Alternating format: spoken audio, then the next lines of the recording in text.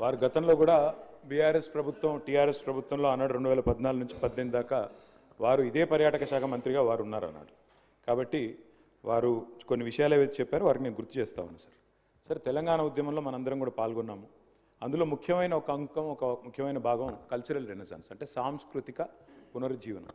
భాషకు, యాసకు, తెలంగాణ సంస్కృతికి పెద్దపీట వేయాలనే ఒక కసితో, కమిట్మెంట్తో అందరం కూడా ఎక్కడి వారం అక్కడ మన సంస్కృతి మరుగైపోతుంది, కనుమరుగైపోతుందని చెప్పి ఆందోళన చెంది మనందరం కూడా ఆనాడు కొట్లాడినాం.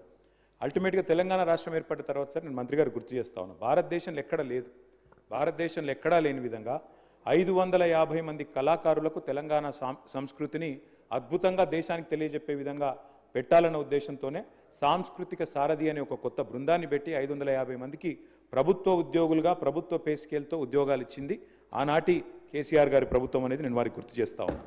సంస్కృతి ఏదైతే తెలంగాణది భాష, యాస ఏదైతే గతంలో అణిచివేయబడ్డదని మనం ఫీల్ అయినామో దాన్ని ప్రాణప్రతిష్ఠ తిరిగి పోసే ప్రయత్నం కూడా చేయడం జరిగింది. అధ్యక్ష మీకు తెలుసు, మీ జిల్లాలో రామప్ప దేవాలయం అధ్యక్ష చాలా గొప్ప దేవాలయం, ములుగు ప్రాంతంలో చాలామంది లక్షలాది మంది భక్తులు పోయే ప్రాంతం.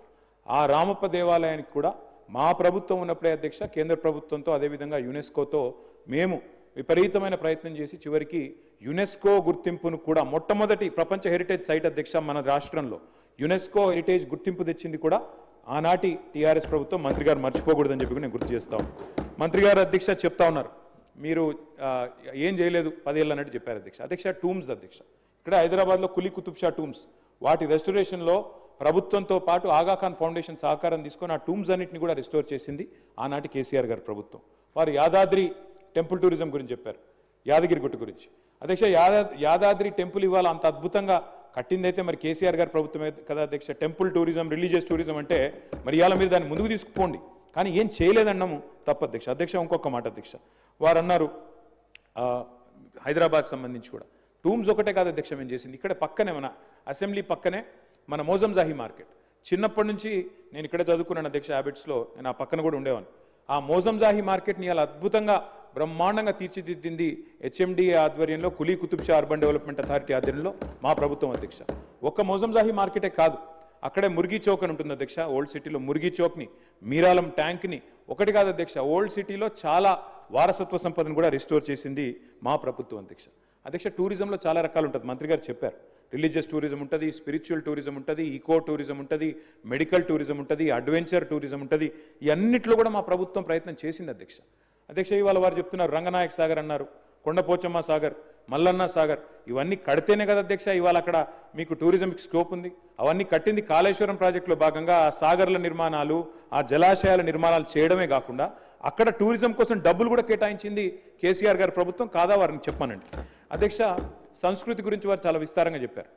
ప్రపంచ తెలుగు మహాసభల అధ్యక్ష భారత రాష్ట్రపతి గారితో సహా అందరినీ కూడా భారతదేశ ప్రముఖులందరినీ ఆహ్వానించి ప్రపంచ తెలుగు మహాసభలు నిర్వహించిన ఘనత కూడా కేసీఆర్ గారి ప్రభుత్వం అనేది కూడా నేను వారు గుర్తు చేస్తా ఉన్నా అధ్యక్ష.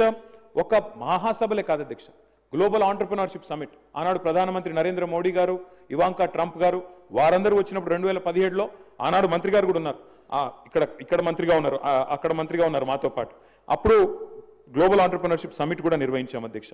బుద్ధవనం అధ్యక్ష మా నాగార్జున సాగర్లో జానారెడ్డి గారు ప్రారంభిస్తే దాన్ని మేము పూర్తి చేసి ఇనాగరేట్ చేసి ఇవాళ జాతికి అంకితం చేసి 200 ఎకరాల పైచిల్క్ అధ్యక్ష. అక్కడ మరి స్పిరిచువల్ టూరిజంలో భాగంగా బుద్ధవనాన్ని కూడా పూర్తి చేసింది కేసీఆర్ గారి ప్రభుత్వం అధ్యక్ష. అంతెందుకు అధ్యక్ష, మంత్రి గారు సొంత నియోజకవర్గం కొల్లాపూర్లో కూడా ఆయన ఎంతసేపు సిరిసిల్ల సిద్దిపేట అంటున్నారు, కొల్లాపూర్లో కూడా అధ్యక్ష సోమశిలలో నేను మంత్రి గారు పోయి స్వయంగా ఆనాడు ప్రారంభోత్సవం చేసినాం అధ్యక్ష.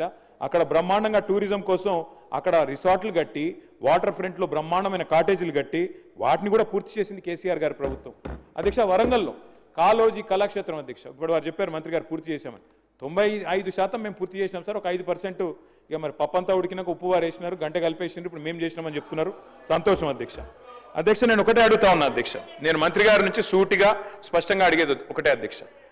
ఇక్కడ డాక్టర్ బాబాసాహెబ్ అంబేద్కర్ విగ్రహం అధ్యక్ష, భారతదేశంలోనే కాదు ప్రపంచంలోనే అతిపెద్దదైన బాబాసాహెబ్ అంబేద్కర్ విగ్రహం 125 అడుగుల విగ్రహాన్ని పెట్టాం అధ్యక్ష.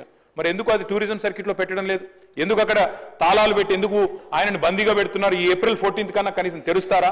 వివిధ రాష్ట్రాల నుంచి వస్తున్నారు, ఇవాళ అంబేద్కరైట్స్ ఉంటారు, వాళ్ళందరూ వస్తున్నారు, మరి వాళ్ళకు కూడా అదొక పర్యాటక కేంద్రంగా మారింది. ఎందుకు డాక్టర్ బాబాసాహెబ్ అంబేద్కర్ గారిని బందీగా సంఖ్యలలో పెడుతున్నారు మంత్రి గారు చెప్పాలి. అదేవిధంగా తెలంగాణ అమర జ్యోతి అధ్యక్ష, తెలంగాణ అమరవీరులకు చిహ్నంగా మనం కట్టుకున్నాం, దాన్ని కూడా ఇంతవరకు డెవలప్ చేయట్లేదు, దాన్ని కూడా దయచేసి కన్సిడర్ చేయండి. అధ్యక్ష ఒక కంప్లీట్ చేస్తున్నా అధ్యక్ష, సబ్జెక్టే మాట్లాడుతాను అధ్యక్ష. తెలంగాణ కవులు కళాకారులు గోరేటి వెంకన్న గారు మహబూబ్నగర్ జిల్లాకు సంబంధించిన ప్రజా కవి, అదేవిధంగా దేశపతి శ్రీనివాస్ గారు, అదే మాదిరిగా రసమై బాలకృష్ణ గారు, వీరందరినీ కూడా చట్టసభలకు తీసుకొచ్చింది కేసీఆర్ గారు కాదా అధ్యక్ష? అధ్యక్ష నేను వారిని మంత్రి గారిని అడుగుతా ఉన్నా అధ్యక్ష, స్పష్టంగా క్లారిఫికేషన్.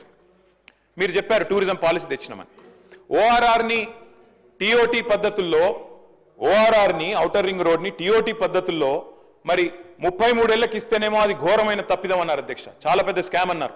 మరి నేను అడుగుతా ఉన్నా మంత్రి గారిని, మీ టూరిజం పాలసీలో ఈరోజు చెప్తున్నారు 99 ఏళ్లకు ప్రైవేట్ వ్యక్తులకు లీజ్ ఇస్తామని చెప్పి మీ టూరిజం పాలసీలో పెట్టినారు. మరి ఇది కరెక్టేనా? ఇది చేయవచ్చునా? అంటే 33 ఏళ్లకు ఓఆర్ఆర్ ఇస్తే అది పెద్ద స్కామ్ అవుతుంది, 99 ఏళ్ళు ప్రభుత్వ భూములు ప్రైవేట్ వ్యక్తులు, 99 ఏళ్ళు అంటే ఏంటి అధ్యక్ష? ఒక జీవిత కాలం, ఒక మనిషి జీవిత కాలం, అంటే పురాగా వాళ్ళకి రాసి ఇచ్చినట్టే.